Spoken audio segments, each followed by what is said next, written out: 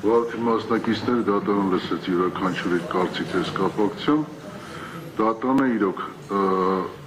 արձանագրում է հետևյալը, եւ դա փաստը բոլորդ գիտեք, Վագն Չախալյանի վերաբերյալ մեկ այլ քրեական վարույթի առկա 2003 թվականի ապրիլի 18-ին ընդունված քրեական օրենսգրքի 34-3 հոդվածի առաջին մասով ոչ միայն Վագն Չախալյանի, այնտեղ եւս 3 կամ 4 անձիկ կան, եթե չեմ սխալվում, մեղադրյալի կարգավիճակ ունի այդ գործով, որը մեղսագրվում է վերագրվում է առանձնապես ծանր արարք,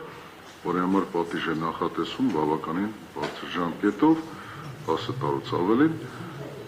այդ գործի շրջանակներում դատարանի կողմից խափան միջոց է ընտրված չեռանալու մասին ստորագրությունը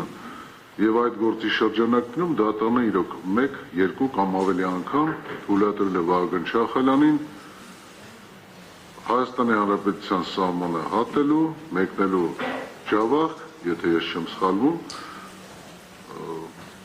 անձնական հարցերով ընդհանուր մինչև ծնողների առողջական խնդիրների հետ կապված այդ հարցերի հետ կապված։ Սույն գործով, սա այդ գործի հետ կապված։ Սույն գործով մեղադրյալի նկատմամբ խափան միջոց կիրառելիս դատարանը արձանագրել էր հետևյալը, որ Քրեական դատավարության օրենսգրքի 43 հոդվածով պարտականությունների հետ կապված, որ կարող է ոչ պատշաճ կատարել, նաև հանցանք կատարելու հավանականությունն է բարձր գնահատել, այդ կապակցությամբ խափամիջոց է կիրառել կալանքը եւ երկարաձգել մինչեւ մարտի 4-ը սույն թվականի։ Դատարանը իրոք արձանագրում է, որ այս գործի ընթացքում, քննության ընթացքում խափան միջոցի հիմքերը բնականաբար այն ռիսկերը, որոնք որ առկա են, նվազում են գնալով նվազում են։ Այս պարագայում, այս դեպքում Վագն Չախալյանը 2025 թվականի հուլիսի 4-ից գտնվում է կալանքի տակ։ Դատարանը նաև ինչի համար է դատարանը նախորդ դատական նիստին ձեզ նշել, որ նոր հանգամանք, եթե կա, դուք ասում եք ընտանիքը այս վիճակում է, բարի ընտանիքի կազմի վերաբերյալ ներկայացրեցիք այդ բոլոր փաստաթղթերը, որոնք որ կար։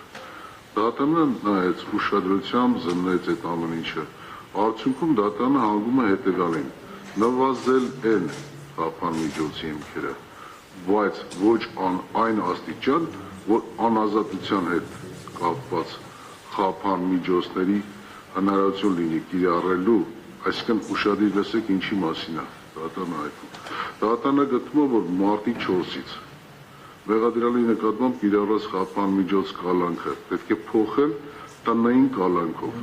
3 ամիս ժամկետով եւ նաեւ նյութական վիճակը հաշվի առնելով դատարանը գրավի կիրառում ոչ իրատեսական է համարում, կրակ չի կիրառում, բացակայելու արգելք է համակցված կիրառում, տնային կալանք բացակայելու արգելք։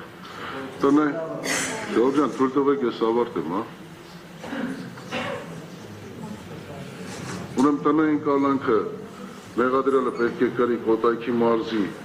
Նայրի համայնքի Քասախ Հարությունյան 3 փողոց 8/1, ճիշտ է ասել, 8/1 տունը չէ ասել, 8/1 ասել, տնային կալանքի ընթացքում դուք պետք է այն հասցեն, որը որ դատարանը նշեց, պետք է չհյուրընկալեք այլ անձանց այդ հասցեում եւ չօգտվեք արտադրության այլ ձևերից, բնականաբար դա բացառություն է կազմելու ձեր ընտանիքի անդամները, ովքեր որ ձեր հետ բնակվում են, եւ մերձավոր ազգականները։ Այդ անձանց չի վերաբերելու, ինչպես նաեւ ձեր պաշտպաններին։ Մյուս անձանց հետ դուք իրավունք ունեք հյուրընկալելու այդ հասցեում։ Էլեկտրոնային միջոցների կրմանվեք այդ էլեկտրոնային տնային կալանքը հսկողությունը սահմանվելու է էլեկտրոնային միջոցների կիրառմամբ, պրոբացիայի ծառայության վրա է դրվելու այդ պարտականությունը հսկողությունը իրականացնելու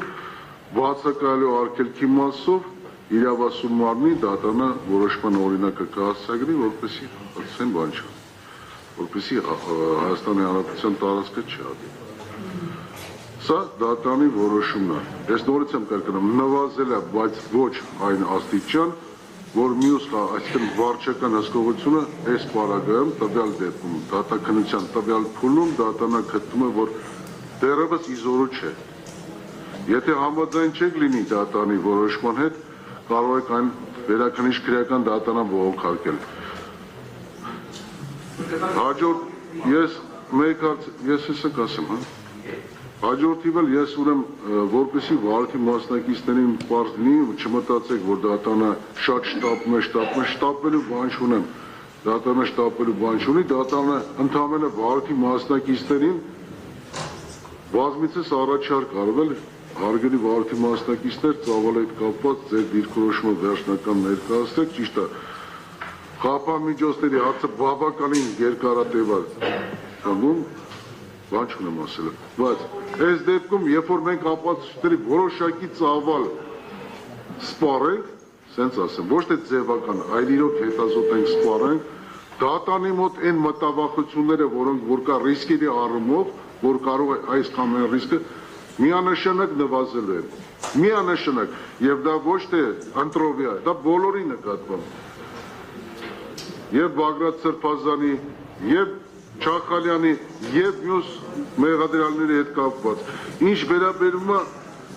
ընտրական վերաբերմունքի, ընտրական վերաբերմունք չկա այստեղ, հարգելի դատավարության մասնակիցներ, սա բնական է, որ յուրաքանչյուր մեղադրյալի նկատմամբ խափան միջոց կիրառելիս դատանը ռիսկերը գնահատում է յուրովի, իրոք, տվյալ անձի,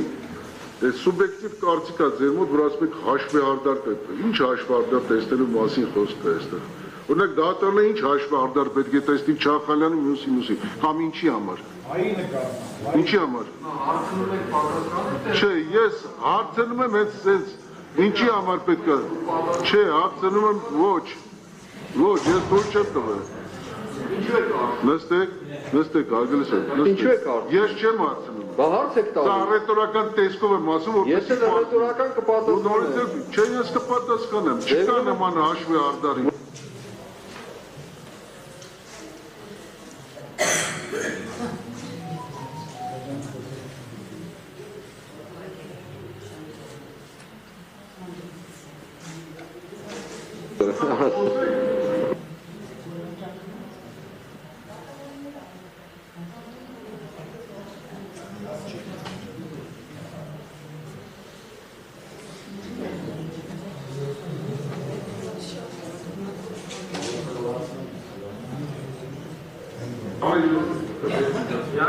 Եթե թույլ կտակ մեկնաբան եմ հաշվեհարդար հետ կապված պատվարժան դատարան։